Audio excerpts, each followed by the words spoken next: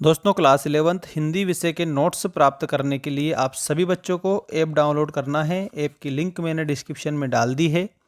आप सभी MP board वाले स्टूडेंट्स को mens education app Google Play Store पर मिल जाएगा। आपको लिखना है मेंस एजुकेशन और वहाँ पर 11th क्लास का कोर्स आ चुका है, जिसमें से 100% एग्ज़ाम में क्वेश्चन बनते हैं। आप सभी बच्चों के लिए यहाँ नोट्स भी हमने अवेलेबल करवा दिए हैं। आइए स्टार्ट करते हैं आज का हमारा पहला क्वेश्चन, जो कि ये रहा। हिंदी साहित्य का स्वर्ण युग कहलाता है। याद रखिएगा, हमारा जो हिंदी पद्य साहित्य का इतिहास है, इसको यहाँ पर बांटा गया है 4 कालों में। ठीक है, जब भी आप लोगों से परीक्षा में क्वेश्चन पूछा जाता है कि जो हिंदी पद्य साहित्य का जो इतिहास है, इसको कितने कालों में बांटा है, तो आपको सभी बच्चों को याद रखना है 4 कालों में इसको डिवाइड करा है, विभाजित करा है, जिसमें सबसे पहला काल आदि काल आता है, दूसरा भक्ति काल आता है, तीसरा रीति काल आता है और चौथा आधुनिक काल आता है।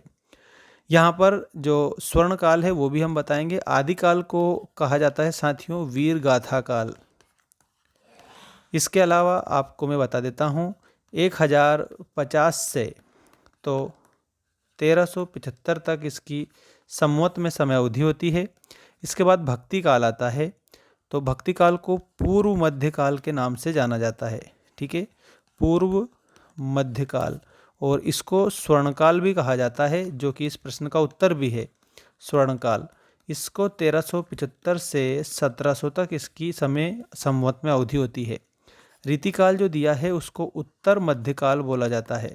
ठीक है, इसको याद रखना, रीतिकाल को उत्तर मध्यकाल बोला जाता है। और इसमें जो उत्तर मध्यकाल के अलावा एक और नाम इसको जाना जाता है, जिसको श्रृंगार काल कहा जाता है। ठीक है, तो उत्तर मध्यकाल भी कहते हैं, श्रृंगार काल भी कहते हैं। इसकी समय अवधि संवत 1700 से 1900 तक मानी गई है। ठीक है, याद रखना। इसके बाद आधुनिक काल आता है। आधुनिक काल को गद्य काल कहा गया है, क्योंकि इसमें गद्य की समस्त विधाओं में रचनाएं हुई है। आधुनिक काल की समय अवधि संवत 1900 से अद्यतन यानी कि आज तक मानी गई है। ये आपको सभी बच्चों को याद रखना है। ठीक है दोस्तों, हमारे ऐप पर 11th क्लास के सारे नोट्स अवेलेबल हैं, जिससे आपकी एग्ज़ाम की तैयारी बहुत ही बेहतर साबित हो जाएगी। तो ऐप को डाउनलोड कर लेना। ठीक है, और अच्छे से याद करना सारे क्वेश्चनों को। देखिए, जहाँ कारण के अनुपस्थित होने पर भी कार्य संपन्न हो वहाँ अलंकार होता है, तो वहाँ पर आपका विभावना अलंकार होता है। ठीक है, कौन सा अलंकार होता है? विभावना अलंकार। बिनु पग चले सुनय बिनु काना, कर बिनु कर्म करहे विधि नाना। ठीक है, आनंद रहित सकल रस भोगी, बिनु वाणी वक्ता बड़जोगी। ये इसका उदाहरण आप लोग लिखेंगे। ठीक है, और इसके बाद व्यतिरेक अगर पूछे जाता है तो व्यतिरेक भी आप बताएंगे। वैसे 12th क्लास में व्यतिरेक पूछा जाता है। ठीक है, हाँ, और विरोधाभास, जहाँ पर विरोध का आभास ना हो फिर भी विरोध हो, वहाँ पर विरोधाभास अलंकार होता है। ये भी 12th में पूछा जाता है ज़्यादातर। अगला देखिएगा, आप लोगों को मैं बताता हूँ इम्पोर्टेंट क्वेश्चन, जो कि आप लोगों को सभी बच्चों को एनुअल एग्ज़ाम में बहुत ज़्यादा हेल्प करेंगे। तो अब आप सभी बच्चों के लिए वेरी इंपॉर्टेंट क्वेश्चन आ चुके हैं। देखिएगा सभी बच्चे, देखिए सही विकल्प में काव्य के भेद माने गए हैं। तो जो काव्य है उसके 2 भेद माने गए हैं। एक तो आपका हो जाएगा दृश्य काव्य। ठीक है, और उसके बाद दृश्य काव्य के बाद में दूसरा हो जाएगा आपका श्रव्य काव्य। ठीक है, ये मुख्य रूप से काव्य के 2 भेद माने गए हैं। सभी बच्चों को ये 2 भेद सीखना है। अगला प्रश्न है, शैली की दृष्टि से काव्य के भेद माने गए हैं। तो शैली की दृष्टि से भी 2 माने गए हैं। ठीक है, एक तो आपका होता है प्रबंध काव्य। ठीक है, और दूसरा आपका होता है मुक्तक काव्य। प्रबंध और मुक्तक, ये शैली की दृष्टि से 2 भेद माने गए हैं। काव्य के भेद हैं तो आपको दृश्य काव्य और श्रव्य काव्य इसमें यहाँ पर बताना होगा सभी बच्चों को। ठीक है, नेक्स्ट आपका क्वेश्चन है, प्रबंध काव्य के प्रकार होते हैं। तो प्रबंध काव्य के मुख्य रूप से 3 प्रकार होते हैं। एक तो है आपका महाकाव्य। ठीक है, महाकाव्य के अलावा एक है आपका खंड काव्य, और खंड काव्य के अलावा आपका एक है आख्यानक गीत।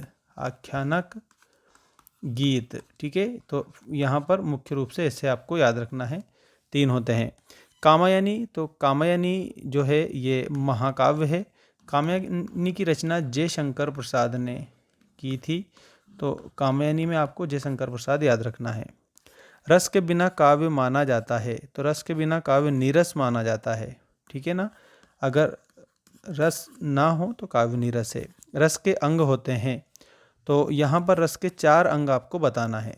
4 अंगों में सबसे पहला होता है विभाव, दूसरा होता है दोस्तों अनुभाव, ठीक है, और अनुभाव के बाद में तीसरा होता है संचारी भाव।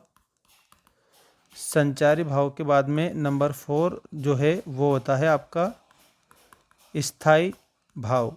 तो विभाव, अनुभाव, संचारी भाव और स्थाई भाव, ये 4 अंग इसके होते हैं, याद रखिएगा। इसके बाद में दोस्तों यहाँ पर देखिएगा नेक्स्ट क्वेश्चन आपका, श्रृंगार रस का स्थाई भाव है। तो श्रृंगार जो रस है उसका स्थाई भाव रति होता है। श्रृंगार रस 2 प्रकार का होता है, एक तो होता है संयोग और दूसरा होता है वियोग। इस तरीके से ये 2 प्रकार का होता है, ठीक है। इसके बाद अगला क्वेश्चन देखिएगा, यहाँ पर सारे क्वेश्चन आप लोगों के लिए सबसे ज़्यादा बेस्ट साबित होंगे। वाक्यम रसात्मकम काव्यम किसका कथन है? तो ये आचार्य विश्वनाथ का कथन है, ठीक है। इसका मतलब होता है रसयुक्त वाक्य ही काव्य है, तो ये आपकी काव्य की परिभाषा में ही आता है। अगला है विभाव अनुभाव संचारी संयोगाद रस निष्पत्ति, एक सूत्र किसका है? तो ये सूत्र भरत मुनि का है। आप सभी बच्चों को इसमें भरत मुनि आंसर लिखना रहेगा, ठीक है। करेक्ट आंसर में सभी बच्चों को भरत मुनि लिखना है, ये आपको सीखना भी है। अगला है काव्य की शोभा बढ़ाने वाले तत्व कहलाते हैं। तो यानी कि काव्य की शोभा अगर वो बढ़ा रहे हैं, ऐसे तत्व धर्म जो होते हैं उनको अलंकार कहते हैं। और एक बात और आपको मैं बता देता हूँ, अलंकार का मतलब आभूषण या गहना होता है, आभूषण या गहना, ठीक है, थोड़ा ध्यान रखना है इसको। अगला है छंद के मुख्यतः कितने भेद होते हैं? तो यहाँ पर छंद के आपसे इसमें भेद पूछा है, तो मुख्यतः 2 होते हैं। मुख्यतः आप लोगों को 2 याद रखना है, ठीक है। एक तो है वर्णिक छंद और इसके अलावा दूसरा है आपका मात्रिक छंद। मात्रिक छंद, वर्णिक जो छंद है ना, इसमें वर्णों की गिनती की जाती है और जो मात्रिक छंद है इसमें आपकी मात्रा की गिनती की जाती है, ये आपको याद रखना है। कौन सा छंद का प्रकार नहीं है? तो यहाँ पर ये दृष्टांत जो दिया है, ठीक है, ये अलंकार है, छंद नहीं है। दृष्टांत क्या है? अलंकार है। दोहा, चौपाई और सवैया ये छंद है और दृष्टांत जो दिया है ये अलंकार है आप लोगों का। अगला क्वेश्चन देखिएगा, छंद को पढ़ते समय आने वाला विराम कहलाता है। विराम का मतलब ये होता है यति, ठीक है। यति का मतलब आप सभी बच्चों को क्या बताना रहेगा? विराम बताना है, इसका मतलब रुकना होता है। अर्थालंकारों में चमत्कार किसके कारण होता है? अर्थ के कारण होता है चमत्कार, ठीक है। इसके बाद में जहाँ किसी शब्द की आवृत्ति एक से अधिक बार हो परंतु हर बार उसका अर्थ भिन्न भिन्न हो, वहाँ पर अलंकार होता है। तो वहाँ पर आप सभी बच्चों को मैं बता देता हूँ और वो अलंकार हो जाएगा आप लोगों का, ठीक है। अर्थ भिन्न है, चिपका हुआ है, तो इसमें आप सभी बच्चों को कमेंट करके आंसर बताएंगे, उपमा नहीं है, ठीक है। और यहाँ 3 ऑप्शन आपके सामने, रूपक, यमक और श्लेष, इसमें से एक अलंकार है, जल्दी से कमेंट करके आप बताएंगे, ठीक। तो उपमा का अर्थ होता है, तो सादृश्य भी होता है, समानता भी होता है, आ और बा दोनों इसमें लिखेंगे।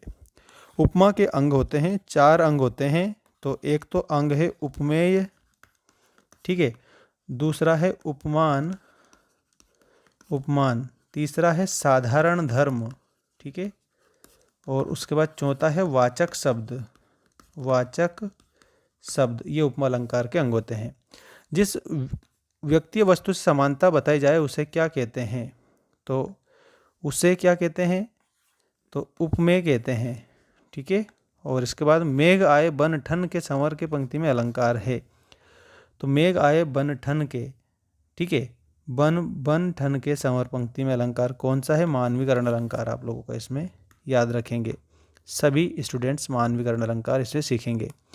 अनुभूति के पक्ष का संबंध कविता के, तो अनुभूति आंतरिक होती है, इसमें आपको आंतरिक लिखना है। खंडकाव्य में जीवन का एक अंश का चित्रण होता है, ठीक है, एक अंश का चित्रण होता है। महाकाव्य में जीवन का समग्र यानी कि संपूर्ण चित्रण होता है। रस को काव्य की आत्मा कहा गया है, आत्मा इसमें आप लिखेंगे। रस के प्रकार होते हैं तो 10 प्रकार होते हैं। वीर रस का स्थायी भाव है तो वीर का स्थायी भाव उत्साह होता है। रौद्र रस का स्थायी भाव क्रोध होता है। ठीक है दोस्तों, बाकी सारे जो टॉप इंपॉर्टेंट क्वेश्चन है आप लोगों को यहाँ पर देखने को मिलेंगे, तो सभी बच्चे चैनल को सब्सक्राइब करके रखना।